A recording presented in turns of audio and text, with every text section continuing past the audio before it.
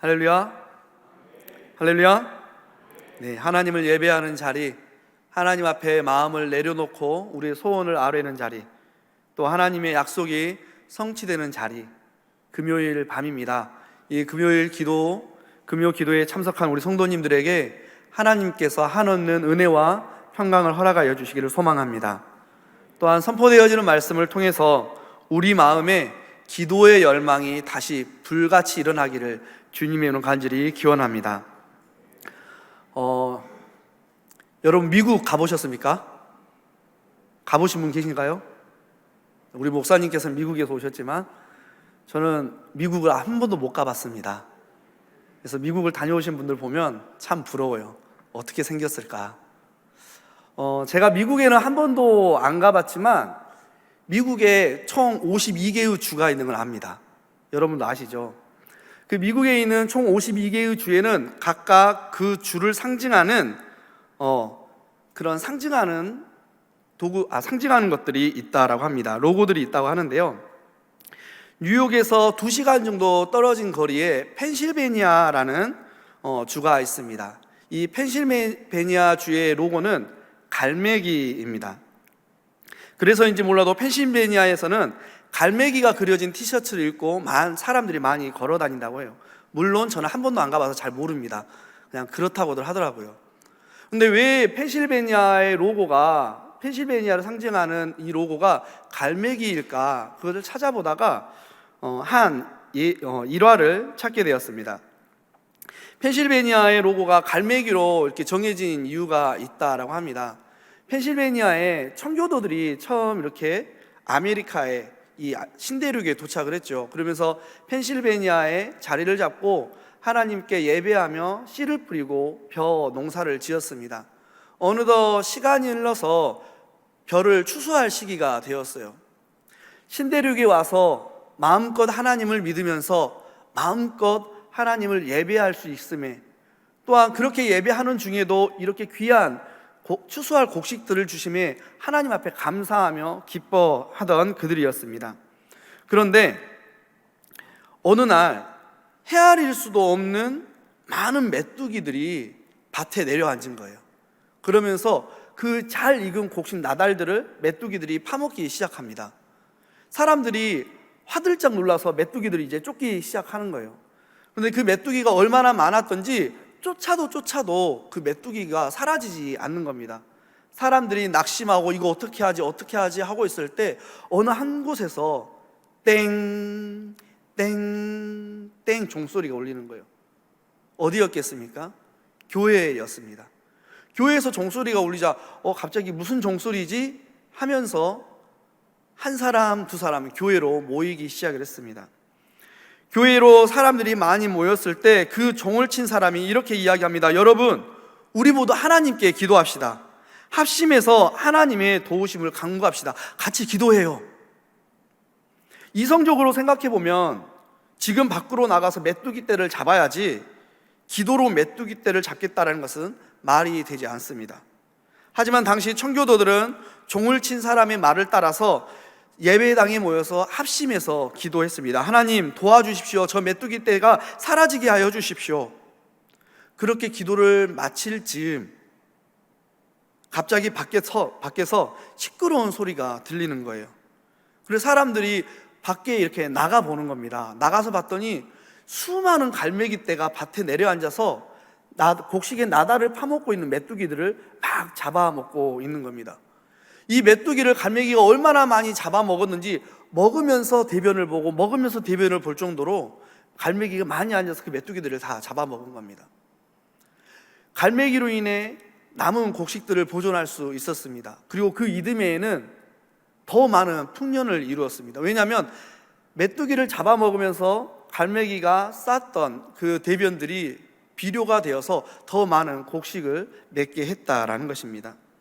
그래서 펜실베니아는 이 갈매기를 통해서 경험한 하나님의 은혜를 기억하고자 펜실베니아의 로고로 갈매기를 정해놓고 계속해서 하나님의 은혜를 기억한다고 합니다. 신대륙에 정착해서 마음 편히 신앙생활을 영위하면서 첫 추수를 앞둔 이 펜실베니아의 청교도들, 그들을 생각해 봤습니다. 얼마나 좋았을까요? 코로나 시기 우리가 하나님 앞에 하나님의 성전에 나와서 예배 드리기를 원했음에도 불구하고 그러지 못했다가 성전의 문이 열리고 성전에 처음 다시 돌아와서 예배 드렸을 때의 감격을 한번 생각해 보십시오. 그들이 그랬을 거예요. 영국에서 수많은 박해를 당하다가 신대륙에 도착해서 하나님을 마음껏 예배할 수 있다? 그런데 하나님을 예배하면서도 하나님께서 수많은 곡식들을 풍성하게 허락하셨다? 얼마나 큰 기쁨이 있었겠습니까? 그런데 그렇게 기쁨을 누리던 그들 눈앞에 나타난 메뚜기 떼를 보면서 그렇게 행복했던 사람들의 마음이 또 어떻게 급변했을까요? 어쩌면 하나님이 계시기는 한 걸까? 그렇게 비관하는 사람들도 있었을지 모르겠습니다. 하지만 그런 절망과 좌절의 상황에서 그들은 교회로 모여서 하나님을 예배하고 하나님 앞에 간구의 기도를 드렸습니다. 그리고 하나님께서 갈매기를 통해 보이신 하나님의 사랑과 은혜를 그들이 경험했습니다. 우리는 인생의 문제 앞에서 그리고 소망하는 것들 앞에서 우리는 부단히도 우리의 힘으로 그것들을 해결하고 성취하려고 많은 노력들을 합니다. 하지만 정말로 중요한 것은 무엇이냐면 빌립보서에서 사도 바울 선생님이 이야기하듯 너희는 아무것도 염려하지 말고 오직 모든 일에 기도와 간구로 너희의 구할 것을 감사함으로 하나님 앞에 아뢰는 것, 그것이 중요합니다. 우리의 힘과 노력보다 하나님 앞에 먼저 무릎 꿇고 기도하는 것, 그것이 가장 중요하다라는 것입니다. 우리가 이 사실을 기억하고 하나님 앞에 인생의 문제와 소망하는 바를 내려놓고 하나님 앞에 간구함으로 하나님께서 여러분의 소원을 이루어 주시기를, 그리고 그 응답을 받는 오늘 이 밤이 되시기를 주님의 이름으로 간절히 축복합니다. 오늘 우리가 여호수아 6장 1절에서 5절까지의 말씀을 함께 읽었습니다. 우리가 읽은 본문은 이스라엘 백성이 요단강을 건너서 약속의 땅 가나안 땅으로 들어가는 첫 번째 관문인 여리고성 앞에서 일어난 사건입니다. 광야에서의 40년의 생활을 마치고 이제 드디어 약속의 땅에 들어가기 위해 요단강 동편에 모였습니다. 이제 이 요단강만 건너면 하나님께서 약속하신 땅 가나안 땅에 들어가게 됩니다. 500년 전부터 자신들의 조상 아브라함에게 약속했던 그 땅이니 이들이 생각만 해도 너무나 좋았을 것입니다. 그런데 눈앞에 펼쳐진 요단강이 만만하지 않는 거예요. 어떻게 그 강을 건너갈까 고민하던 그들에게 하나님께서 여호수아를 통해서 말씀하십니다. 법궤를 맨, 언약궤를 맨 제사장들을 물가에 세우라. 물가에 세우라. 여호수아가 제사장들에게 말하는 거예요. 여러분, 하나님께서 말씀하시는데 여러분이 언약궤를 메고 물가에 서면 우리가 이 강을 건너갈 수 있다고 합니다. 사실 조금 이해가 되지 않는 명령이었지만 그럼에도 불구하고 제사장들이 믿음으로 순종하면서 언약궤를 메고 요단 물가에 딱 섰습니다. 그렇게 물가에 서자 갈릴리 바다에서 사해로 내려오던 물이 갑자기 멈추고 마른 땅이 드러나게 되는 거예요. 그리고 마른 땅이 드러나자 여호수아는 백성들로 하여금 그 요단강을 건너가게 했습니다. 그런데 이 장면, 요단강을 건너가는 장면, 우리가 어디서 본 것 같습니다. 그렇죠? 이스라엘 백성이 처음 출애굽을 하고 쫓아오는 바로의 군대를 피해 건너간 그곳, 홍해의 모습이 같이 겹쳐지는 것 같습니다. 차이점이 있다면 홍해에서는 모세가 지팡이를 홍해를 향해 들었을 때 마른 땅이 드러났다라는 것이죠. 하지만 요단강에서는 믿음으로 발을 물가에 내딛었을 때 마른 땅이 드러났습니다. 또 다른 차이점은 홍해는 동풍으로 인해서 물벽이 세워졌습니다.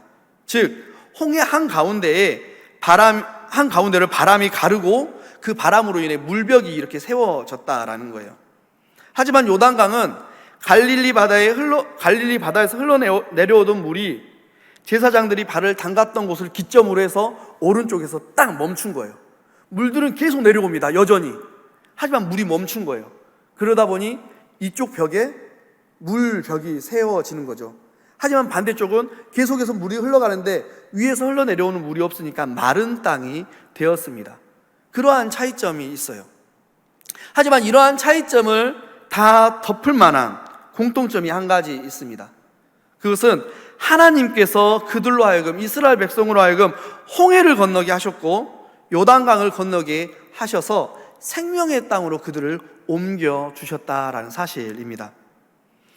하나님의 이 마른 땅의 기적을 통해서 요단강을 건넌 이스라엘 백성들의 기분 어땠을까? 마치 펜실베니아에서 신앙생활을 자유롭게 마음껏 누리며 추수할 곡식들을 바라보며 기뻐했던 그들과 다르지 않았을 것 같습니다.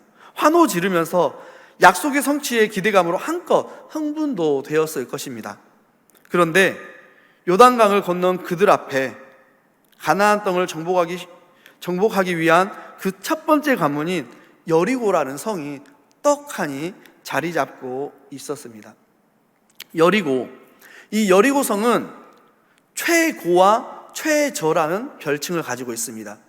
최고와 관련된 것은 BC 9000년경부터 사람들이 머물고 살았던 가장 오래된 도시라는 의미를 가지고 있습니다.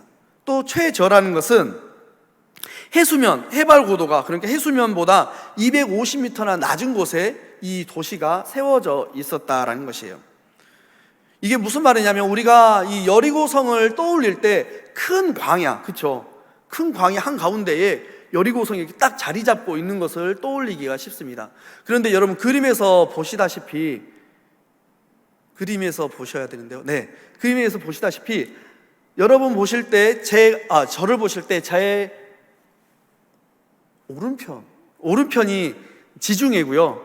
그리고 가운데 낮은 곳이 사해입니다. 사해보다는 높이 있지만 이 지중해보다는 낮은 곳에 위치한 곳이 여리고였다라는 거예요.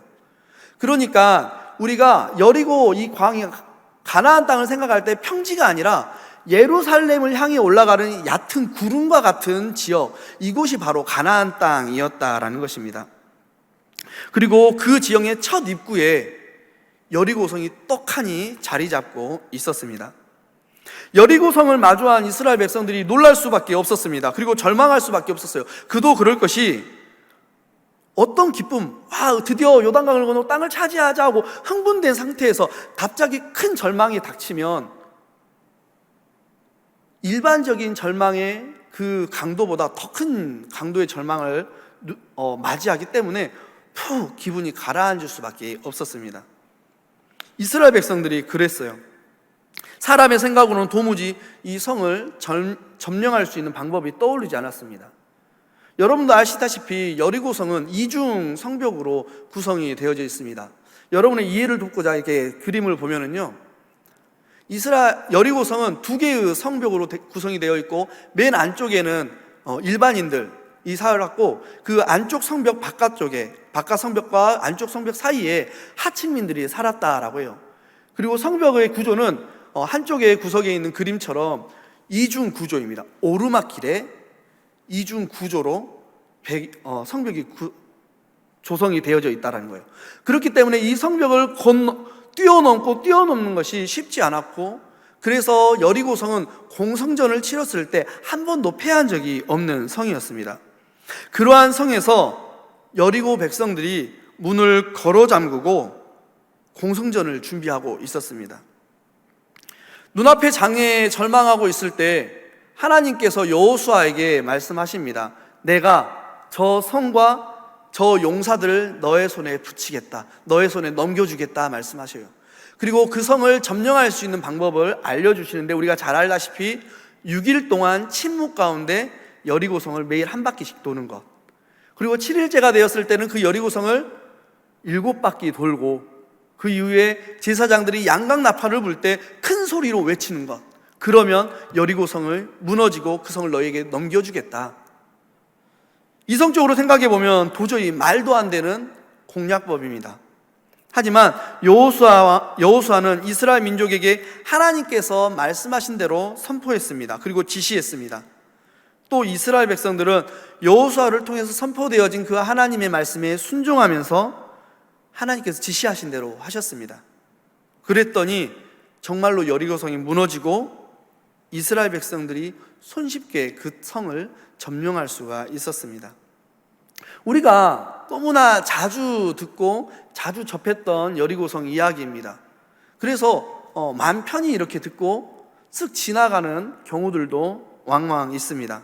그런데 이 여리고성 정복 이야기에는 중요한 몇 가지의 의미들이 담겨 있습니다. 오늘 선포되어지는 말씀을 통해 그 의미들을 살피고 하나님의 뜻을 우리가 함께 나눌 수 있었으면 좋겠습니다. 저는 오늘 본문 이 여리고성 이야기를 묵상하면서 두 가지 측면을 생각해 보았습니다. 하나는 우리에게 익숙한 이스라엘 백성들의 관점입니다. 그리고 다른 하나는 이스라엘 백성들에 의해 정복을 당하는 여리고성에 사는 백성들의 관점입니다.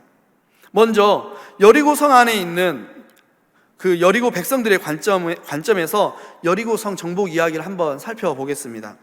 어느 날 여리고성에 바란 광야에서 여리고로 오는 길목에 있던 아모리 족속의 왕 시온과 오기를 다스리던 그 큰 나라들이 한 무리에 의해 멸망당했다라는 소식이 여리고성에 들렸습니다. 그 무리의 이름은 히브리 족속, 쉽게 이야기하면 이스라엘이었습니다. 이들은 하나님이라는 신을 섬겼는데 400년간 노예로 살다가 대국 애굽을 탈출해서 가나안 땅으로 그들이 오고 있다라는 것입니다.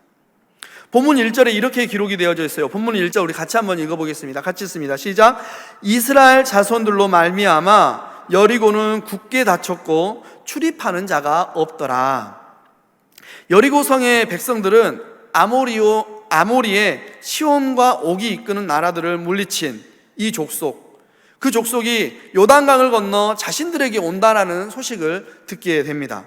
그리고 자신들의 자랑이었던 여리고성의 성문을 걸어 잠그고 싸움을 걸어올 그 이스라엘 백성들과 전쟁을 치를 준비를 하고 있습니다. 성문을 걸어 잠근 이유는 이제까지 여리고성은 공성전에서 한 번도 패한 적이 없는 철의 요새였기 때문입니다. 여러분 그런 말 아시나요? 강점으로 일하라. 자기가 가진 장점, 자기가 가진 강점으로 일하라는 말입니다. 제가 참 좋아하는 말이기도 한데요. 그래서 저는 저의 강점이 무엇인가 살피면서 그것을 개발하기 위해 책도 보고 공부도 하고 여러 사람을 만나기도 합니다. 여러분이 저를 보셨을 때 제가 가진 강점이 있나요? 없나요? 그래도 하나 정도는 있겠죠, 그렇죠? 제가 가진 강점이 분명히 하나는 있을 거예요. 여러분에게 있는 강점은 무엇입니까? 뛰어난 언변, 높은 자존감, 친화력, 적응력, 혹은 재력이나 인맥, 그것이 무엇이든 여러분에게 어느 것 하나의 강점이 있을 줄로 압니다. 여리고 백성들도 그랬어요. 쳐들어오는 적군들을 이길 수 있는 그들이 가진 강점, 그 강점이 바로 여리고 성이었습니다. 그래서 성문을 걸어 잠그고 다가오는 적군들과 싸울 준비를 했었다라는 것이죠. 하지만 그러한 강점에도 불구하고 그들은 이스라엘 백성과의 전쟁에서 패하고 말았습니다. 자신들의 최고의 강점으로 여겼던 여리고성이 무너지면서 말입니다. 저도 그렇지만 사람들은 자신이 다룰 수 있고 자신이 인지할 수 있는 것 중에 가장 자신 있는 것을 강점이라고 생각을 합니다. 그런데 그렇게 생각했던 우리의 강점이 우리에게 평안을 주고 안식을 주는 것 같지만 그게 참된 평안이나 참된 안식이 되지 못한다라는 사실을 우리는 알아야 합니다. 그렇다면 우리에게 있어서 참된 평안을 주고 참된 안식을 주는 진정한 강점이 무엇일까? 강점으로 일하라고 하는데 나의 강점, 우리들의 강점은 과연 무엇일까? 알아야 되지 않겠습니까? 우리 그리스도인들에게 있어서 진정한 강점은 앞서 언급한 언변이나 자존감, 친화력이나 적응력, 재력이나 인맥 등이 아닙니다. 우리 믿는 이들에게 있어서 강점이 무엇이냐면 오늘 이스라엘 백성이 그것을 보여주고 있어요. 이스라엘 백성들은 하나님의 이끄심으로 요단강을 건너서 가나안 땅에 첫 발을 내딛었습니다. 이제 약속하신 땅을 차지하기만 하면 돼요. 그런데 우리가 계속해서 이야기를 나누고 있지만 그들 앞에 어마무시하게 생긴 요새와 같은 여리고성이 떡하니 자리 잡고 있는 겁니다. 심지어 그 성의 성벽에는 군사들이 전쟁을 하기 위해서 부단히 움직이고 있습니다. 얼마나 낙심이 되고 얼마나 근심이 되고 걱정이 되었겠습니까? 이제 약속의 땅이 코앞인데 그 첫걸음부터 견고한 요새의 사람들과 싸워야 한다니. 얼마 전에 보냈던 정탐꾼들에 의해 여리고성에 대해서 듣긴 했지만 눈으로 보니 도저히 정말 이 성을 어떻게 정복할 수가 없어 보입니다. 이제 이스라엘이 눈앞의 적군, 즉 눈앞의 문제를 해결하기 위해 강점으로 일해야 할 때입니다. 여러분, 이 순간 이 여리고성에 사는 적군들과 싸워야 하는 이 순간 그들에게 있어서 강점은 무엇일까요? 하나님이 세우신 지도자 여호수아가 그들에게 강점이었을까요? 200만 명이나 넘는 그 수적인 강세가 그들에게 강점이었겠습니까? 말씀에 대한 순종이 그들에게 있어서 강점이었겠습니까? 이스라엘 백성들에게 있어서 강점은 언제나 그들과 함께하는, 언제나 그들과 동행하는 하나님이셨습니다. 그들이 아모리 족속 왕 옥과 시온이 이끄는 나라들과 싸울 때에도, 38년 동안 바란 광야에서의 시간을 보낼 때에도, 400년 동안 노예로 지내던 애굽 땅을 탈출할 때에도 그들은 여전히 하나님과 함께 있으면서 하나님을 강점으로 삼아 구원의 자리에 있었습니다. 아니, 그 이전부터 그들은 하나님과 동행하면서 하나님이라는 강점으로 어려운 시간들을 이겨냈습니다. 하나님으로 인해 문제가 해결되고 하나님으로 인해 생명이 보존받고 하나님으로 인해 그들이 구원을 받았습니다. 어디 그게 이스라엘 뿐입니까?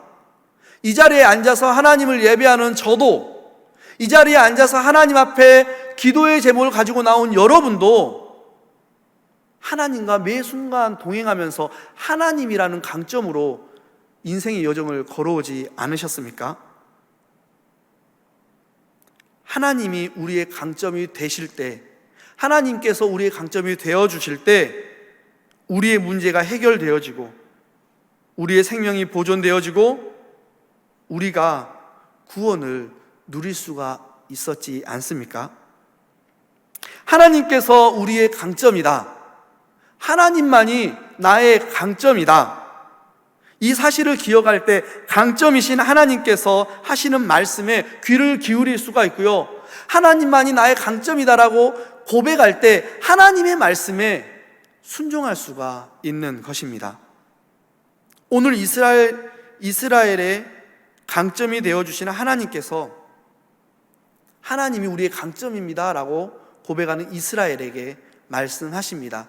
오늘 본문 2절부터 5절까지의 말씀 같이 한번 읽어보도록 하겠습니다. 2절부터 5절 같이 읽습니다.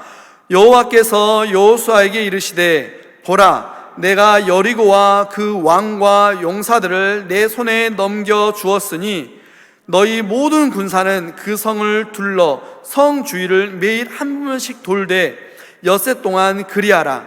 제사장 7은 7 양각 나팔을 잡고 언약궤 앞에서 나아갈 것이요 7째 날에는 그 성을 7번 돌며 그 제사장들은 나팔을 불 것이며 제사장들이 양각 나팔을 길게 불어 그 나팔 소리가 너희에게 들릴 때에는 백성은 다 큰 소리로 외쳐 부를 것이라. 그리하면 그 성벽이 무너져 내리리니 백성은 각기 앞으로 올라갈지니라 하시매. 아멘. 이스라엘과 우리의 강점 되시는 하나님께서 여리고성, 우리의 삶에 떡하니 자리를 잡고 있는 문제를 해결하는 방법을 알려주셨습니다. 앞서 말씀을 드렸지만 여리고성을 침묵 가운데 돌고 말씀하신 마지막 날에 양강 나팔 소리에 맞춰서 함성을 지르라는 것이었습니다. 이것이 문제를 해결할 수 있는 유일한 방법이다라는 것이죠. 세상의 기준과 세상의 생각으로는 말이 되지 않습니다. 하지만 자신들의 강점이 하나님이시다, 그렇게 고백했던 이스라엘 백성들은 하나님의 말씀에 귀를 기울이고 하나님의 말씀에 순종합니다. 그리고 그 말씀대로 순종했을 때 여리고성이 무너지고 하나님께서 말씀하신 것처럼 이스라엘 백성이 여리고성을 정복할 수 있었습니다. 때때로 하나님께서는 이렇게 말도 안 되는 방법으로 문제를 해결해라 라고 말씀하실 때가 있습니다. 그때 우리의 반응은 어떻습니까? 아닌 것 같은데? 더 나은 방법이 있는 것 같은데? 이렇게 생각하는 분들이 혹시 계시지는 않습니까? 혹 그렇게 생각한다면 하나님을 나의 강점이라고 인정하지 못하고 있는 것입니다. 하나님이 나의 강점이라고 생각하는 사람은 네, 그렇게 하겠습니다. 네, 알겠습니다.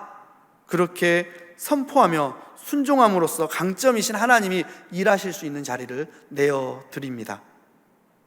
그리고 바라기는 우리 바른교회 모든 성도님들이 강점이신 하나님을 인정하시고 강점이신 하나님께서 말씀하실 때 아멘으로 순종하여 하나님의 일하심을 경험하실 수 있기를 간절히 소망합니다.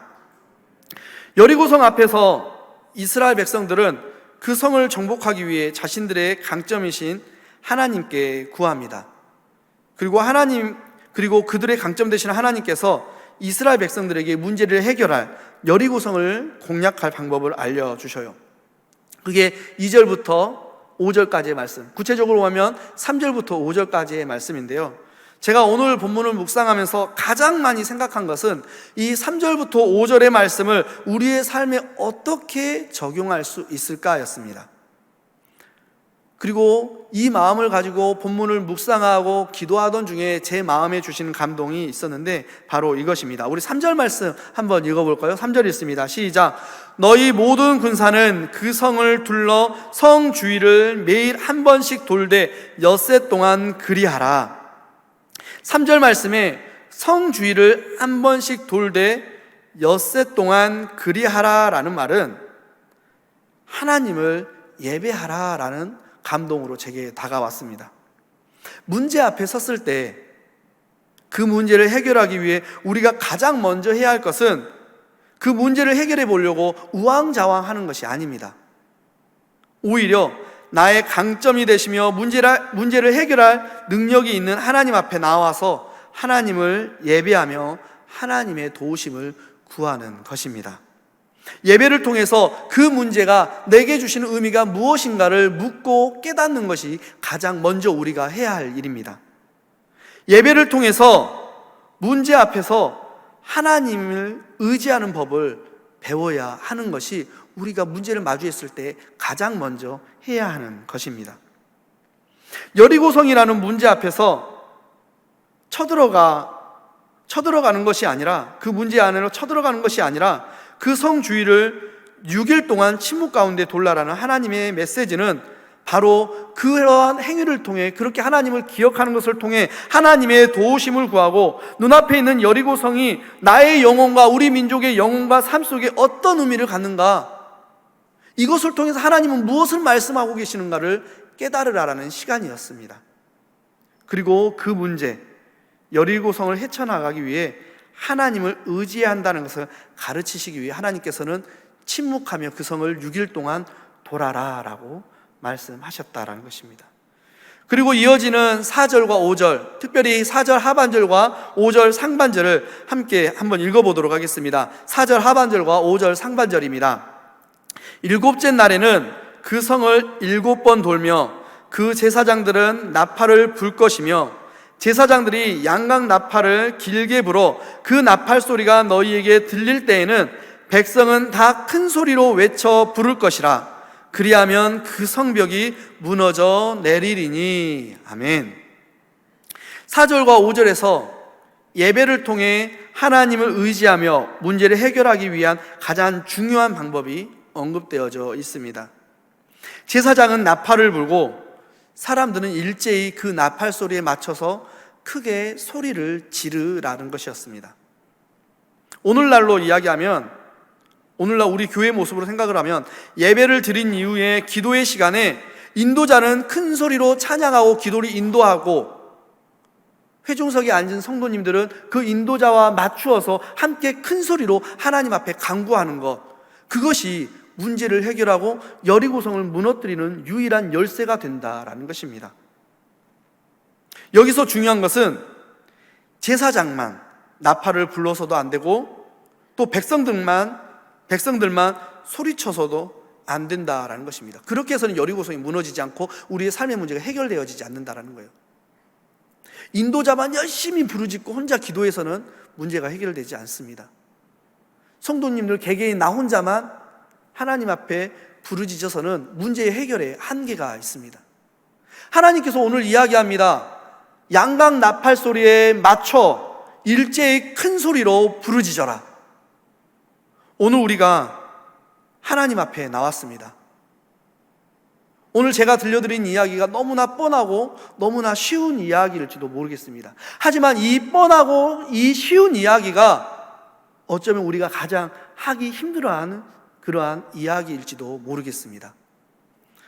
사랑하는 성도 여러분, 마음 가운데 소원이 있으십니까? 혹시 인생의 문제를 만나 힘들어하고 계십니까? 오늘 이 시간 예배와 기도를 인도하는 인도자와 마음을 모아서 큰 소리로 기도해 보시길 간절히 부탁을 드립니다. 입을 크게 열면 채워주신다는 하나님의 말씀을 기억하시고, 또 부르짖으면 하늘의 크고 은밀한 일을 너희에게 보여주겠다라는 하나님의 말씀을 기억하시고, 또 내 이름으로 구하면 내 아버지께서 너희에게 이루어 주시겠다라는 예수 그리스도의 말씀을 기억하시고, 또 구하면 주실 것이요 찾으면 찾을 것이요 두드리면 열릴 것이라는 우리 주님의 말씀을 기억하시면서 오늘 이 밤 우리가 하나님 앞에 뜨겁게 큰 소리로 하나님 앞에 우리의 문제를 내어놓고 우리가 소원하는 바를 기도할 수 있기를 바랍니다. 하나님께서 여리고성을 무너뜨리셨듯 우리의 문제를 해결하여 주시고, 하나님께서 이스라엘 백성으로 하여금 여리고성을 정복하게 하셨듯 우리의 마음의 소원을 우리로 하여금 성취하게 하실 줄로 믿습니다. 오늘 하나님의 그러한 축복의 은혜가 오늘 이 밤, 이 기도의 밤에 함께하기를 주님의 이름으로 간절히 축복합니다.